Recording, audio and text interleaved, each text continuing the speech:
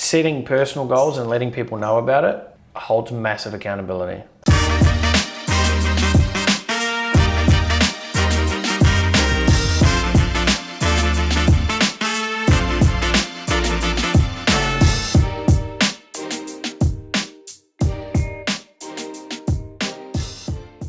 I love seeing climbing stats.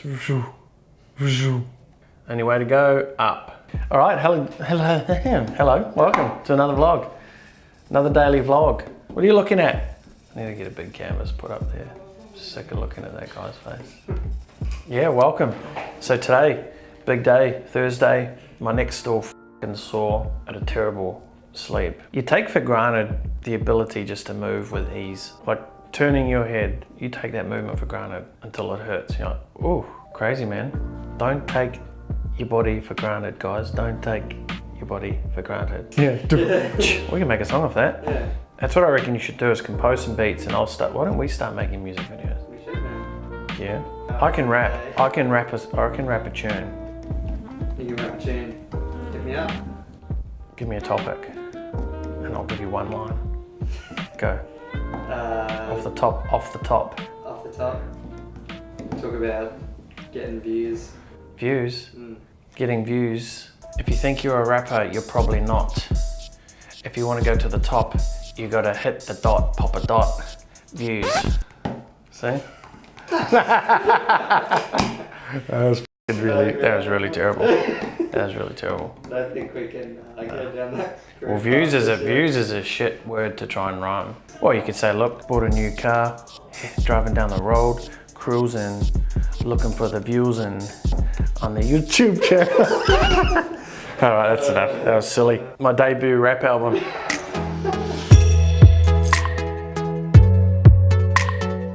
Yeah, so I'd be firstly trying a number of different types of posts, images and videos. And again, the consistency of posting, you know, like we post 3 times a day on pages. You can schedule your posts inside Facebook. You obviously already know that. What I would recommend you do is sit down on a Sunday and schedule out the week. That way it doesn't become a annoyance every single day that you're, oh shit, someone's got a post, who did a post, oh shit. Because I can tell you right now, from an organic perspective, the things that are gonna work are live videos, Facebook live videos. Live videos are seen 6 times more than a standard video uploaded. Hence why I'm talking about buying this camera that gives us 2 HD cameras and a screen versus us filming it, editing it, and then uploading it. We're gonna get 6 times more views going live. And that's from Facebook itself, you know? Like that's just not me making that up because I think that that's it. The reality is Facebook live videos are seen 6 times more on average. So what I'll do is also put into your guys' posting regime is maybe it's you're doing a Facebook live every day where you're just sharing one tip, one thing, and being consistent and persistent with that is what's gonna start getting interaction on your page. Do it on the fan page. I'd also do a combination of personal page and fan page so you can sort of sync them together. I always share everything I do basically on my business page. If I want it to, I'll share it on my personal profile as well. There really is no golden rule of you have to do this and you have to do that. It's putting it in front of as many places as you possibly can, because you don't know, you might share it and then a friend's friend of a friend sees it, shares it, and then all of a sudden the friend's friend of a friend is like, oh, this is amazing. Who are these guys?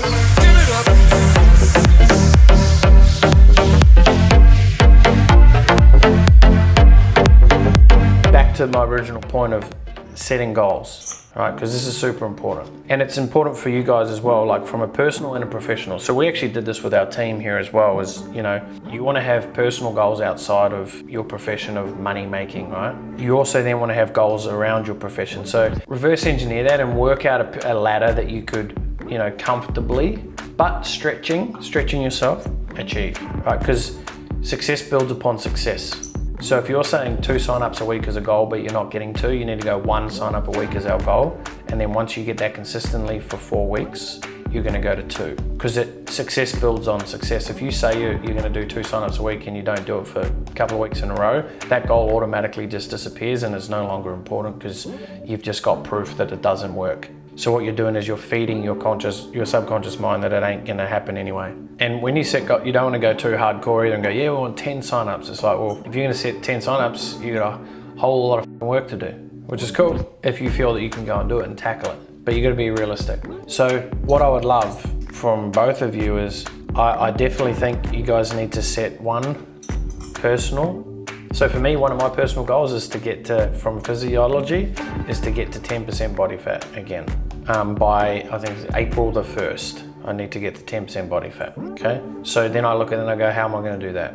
Well, if I wanna get there, I'm gonna have to be training, 4 times a week, 3-4 times a week. So I set a goal. I originally said I'll go 5 times to the gym a week. I'm like, no, I won't, I probably won't. Like I might, and then I might not the next week, and then I might not. So I'm like, what's realistic that I have to do? So I said, let's just go 3. Anything on top of that, I'm patting myself on the back saying, you're the man. Right? Like, that's what we do. When you reach a goal, right? When you reach a goal, you're like, I did that. And then everything else is extra. You're like, I'm just gonna go for some brownie points, Setting personal goals and letting people know about it holds massive accountability. Because then you're not only looking like a fool to yourself if you don't do it, like telling you guys now are gonna go, oh, Brett doesn't get 10% body fat by April. He's just lucky. What sort of perseverance does he have? Here he is trying to help us set goals, but he ain't even doing it himself. So by sharing it with you though, it holds me to another level of accountability. So I truly believe you'd have at least 1-2 personal goals and at least 1 or 2 business goals. You can have more. And then of course, you guys want to have at least 1 or 2 relationship goals. Because this is what happens in relationships. The only way relationships grow apart is by letting the branch grow apart. Right, those branches that just can grow anywhere and they just keep going. But you can, those weed things that but then you bring it back to the fence and it keeps climbing along the fence. That's just bringing it back to alignment. We're just like a weed, basically. It's a nice reference. We're basically weeds and we're all growing and we need a bit of guidance at times. Right, I'm just the gardener right now and I'm going, hey, you need to bring back into an alignment and have a common goal that you're both working to, so you're heading down the same track.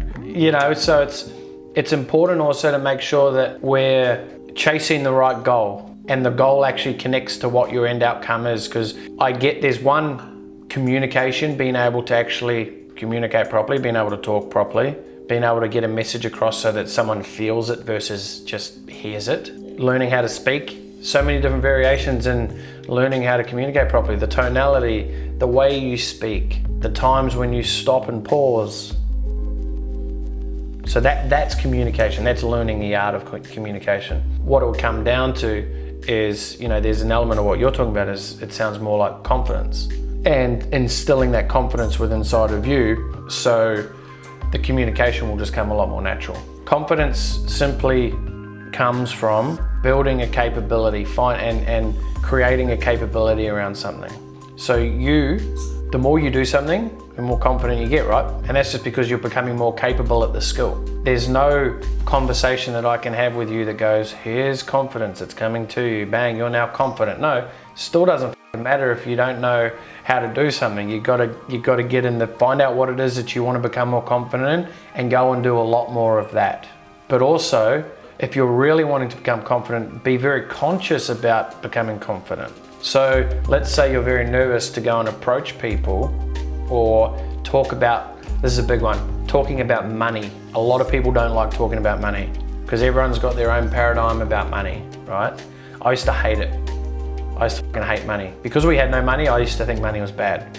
So I'd hate talking about it. I had to completely rewire my brain and my relationship with money. Because whenever I had to talk to someone, like even a personal training client, right? Like here's one example that still sort of sits with me.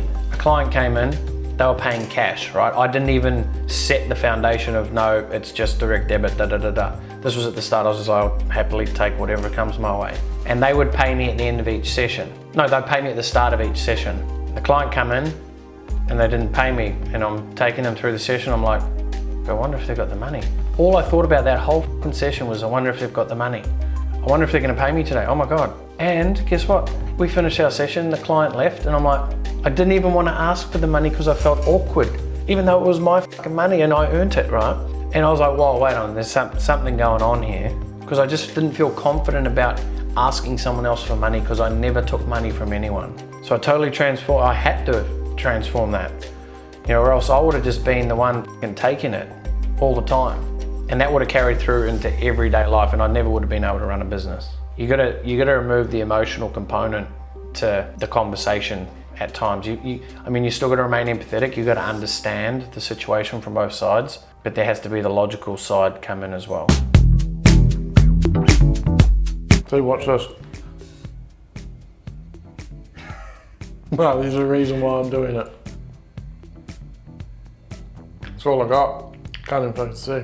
Oh, is that your movement? I thought you were trying to be like seedy, like doing one of those little like I was just talking about my neck. weird looks like that. I ain't got time to be seedy. Going to the gym today? I'm not allowed. Hey. Is that killing you? It is actually, because I'm back on the bandwagon. Good to see Dan's been in the gym a lot. Not. Same folded shorts and t-shirt and socks since Monday. Sitting there with his orange shoes. You said this week on Monday. Yeah, I'm back this week. Oh yeah, mate, righto. I'll see it when I see sweat on your head. All right, that's it. Thanks for tuning in. Hope you enjoyed today's vlog. As always, and as it will always be, I'm Brett Campbell. Out. Thank you for watching today's vlog. If you would like to tune into another episode, hit the video on your left, and don't forget to subscribe by hitting the link on the right.